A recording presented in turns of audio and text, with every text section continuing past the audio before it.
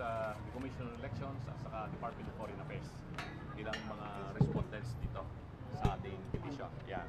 Si Atty. Torian na mag-explain. Okay, ito po, ginawa po natin ito para sa ating mga kababayan at saka especially sa ating mga overseas Filipino workers. Nung dandoon kasi kami sa Hong Kong with Attorney Jamie Bondok, Attorney Raul Lambino at saka nila Attorney Vic Rodriguez at iba pang mga kandidato, no?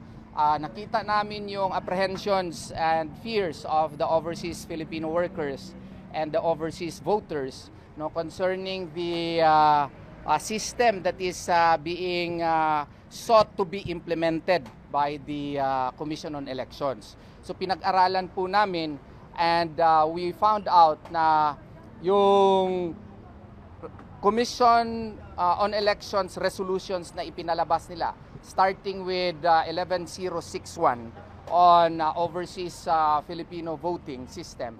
Kasi po, i-summarize ko na, wala pa pong batas on online voting. Wala pang batas. Ang Commission on Elections, on their own, or on its own rather, issued COMELEC resolutions, 3 COMELEC resolutions, specifically COMELEC Resolution 11061, 11079, 11081, which implements online voting even if there is no law yet on the matter. And we also questioned the issuance of COMELEC Resolution 11076, which is the guidelines on domestic voting, simply because of the fact that our laws on the matter, specifically Republic Act 9361, Section 31 mandates, 9369 rather, Section 31 mandates manual counting of votes.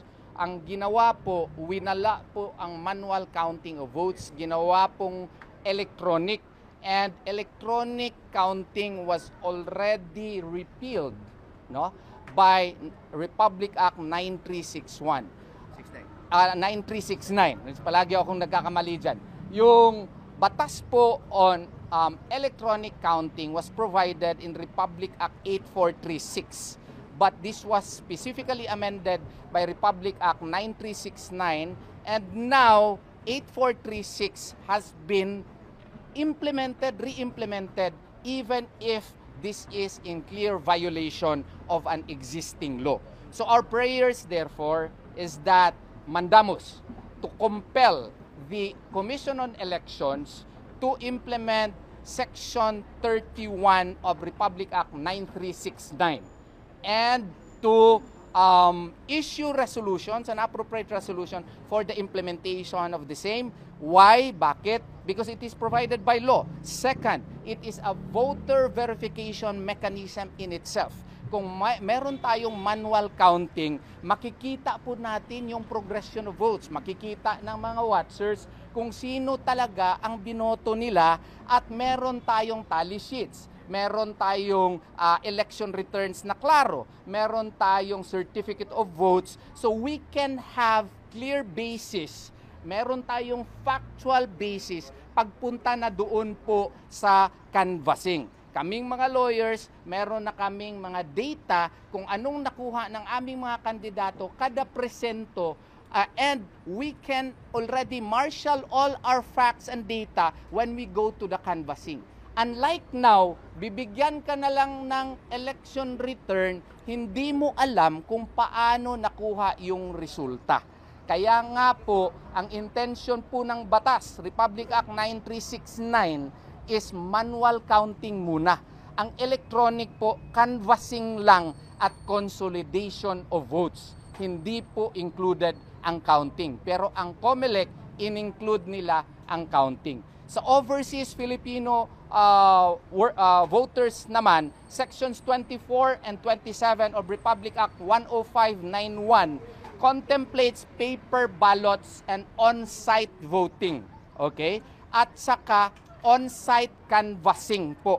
Ang ginawa po ngayon, online na walang batas. So kailangan po maglagay muna ng mga klarong safeguards at saka kailangan ikonsulta. Wala kasing consultation itong online voting, diretso na lang, walang batas. at hindi po pwede ang Commission on Elections magawa ng sariling batas na hindi po batas galing ng Kongreso. Yun po ang summary ng aming petition. Ito po ay pinangunahan ng PDP Laban at pinirmahan ito, may resolution ito ng PDP Laban kasi po ang PDP Laban wants to protect the votes of the Filipino people and supported po ito ng mga magigiting ng mga abogado ng mga kandidato like Attorney Raul Lambino, no, Attorney Jimmy Bondoc, Attorney Vic Rodriguez. Ako rin po ay pumirma, Attorney Israelito Torion at si Attorney Glenn Chong. Hindi lang nakahabol yung kanyang perma kasi nasa Davao pa siya, but he is one of the petitioners. And meron din pong mga overseas voters and OFW na kasali po dito, petitioners. Nilimit lang namin kasi more than 200 po ang pumunta sa aking opisina. Hindi na po makaya ang pagpasiro. So nilimit lang namin. They are very supportive of our legal move. Attorney, for the record, we are praying for makapag-issue TRO. TRO po na and mandamus, no? Mandatory injunction para po first sa domestic voting na i-implement yung Section 31 ng RA 9369 at magawa sila ng resolution para ma-implementa ito. Hindi naman mahirap kung pagboto hindi muna ipasa doon sa machine, i-manual counting mo lang muna, wala nang kailangan gastos. Doon na lang, choke na lang siguro ang tali, no? Wala nang kailangan gastos.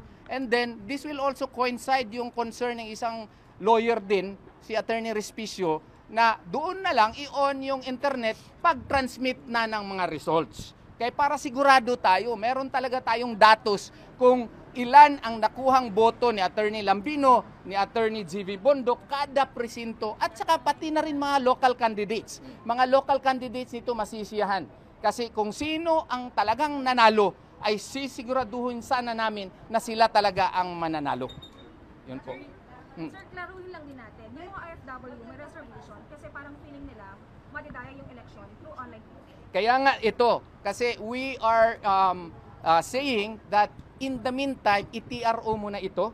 And what will we do? We will follow first Republic Act 10591 na 10590. Ano yung gagawin? May in-person voting, mail voting, and in certain cases you follow what was the procedure that was done before. Huwag muna yung online voting kasi nga wala ito nakadaan ng konsultasyon as required by law. There is no international certification, and second, most importantly, there is no law calling for this and for the implementation of this scheme. Yung gagawing online voting ay labag po umano sa batas. I will let Attorney Bondoc answer that. Oo, kasi meron po tayong legal maxim, no, that spring cannot rise above the source, no? Ang problema nga sa online voting, although we new technologies, kailangan pa rin may batas muna bago sila mag-implement. At saka isa pa, ang mandato po ng COMELEC is to ensure na hindi ma-disenfranchise ang mga voters. Ang problema nga dito, it is open to fraud, it is open to duress, at wala hong safeguards dahil wala namang consultation or extensive consultation na naganap. Meron din po kaming message sa mga OFW kasi yung iba medyo naiinip po because syempre they are afraid. To your question, baka raw madaya sila. 2 points lang po. Number 1, March 9 lang namin nalaman to. And it is not even a month later na action na po namin. It is April 3. So we are doing our best to make sure we have free, honest, and orderly elections, no? At yung amin pong mga ginawa para sa OFW, hindi lang po para sa kanila, pati po sa mga nandito na mga pamilya nila, no? Para to make sure na hindi nasasayang yung mga pinapadala nilang pera dito. Sir, may oras pa po ba tayo sa April 30 na voting? Well, definitely because you know yung manual voting naman is implemented in KSA, for example. Yeah. No? So ibig sabihin kaya. Ang total po ng OFW population is 1.6 to 1.8 maybe million. So kayang-kaya naman 'yan. Yes. No? Pero may mensahe kami, Attorney Lambino will Yes. may mensahe kami.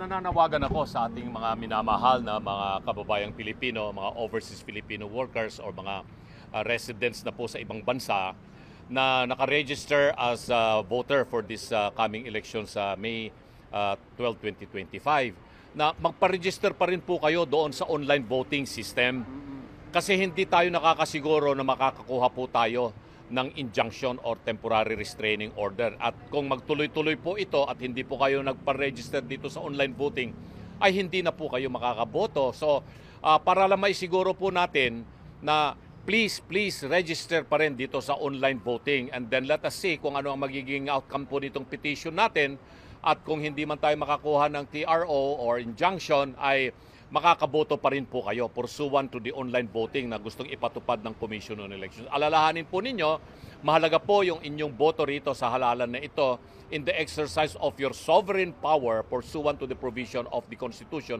in the preamble and in the Declaration of Principles and State Policies that sovereignty resides in the people and all government authority emanates from them.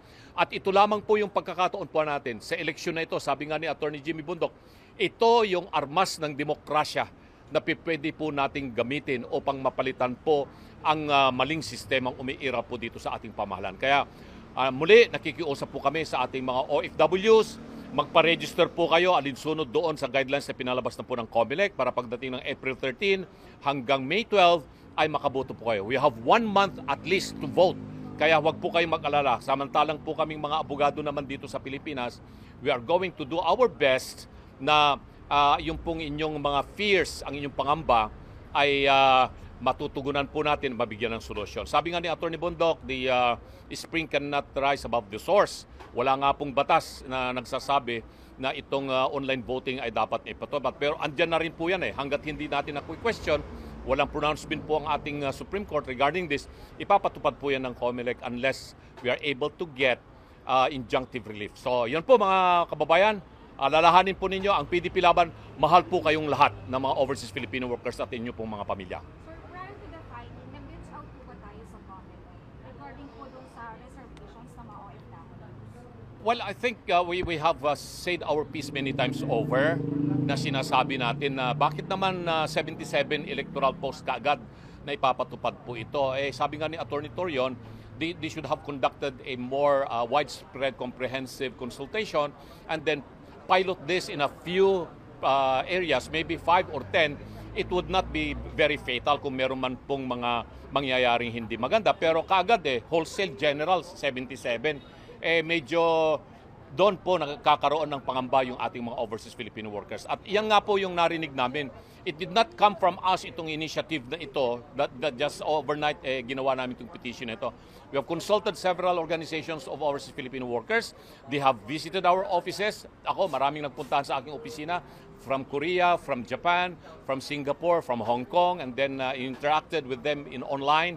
At ito yung kanilang sinasabi. In the same manner, I can speak also for the other candidates ng PDP Laban Senator.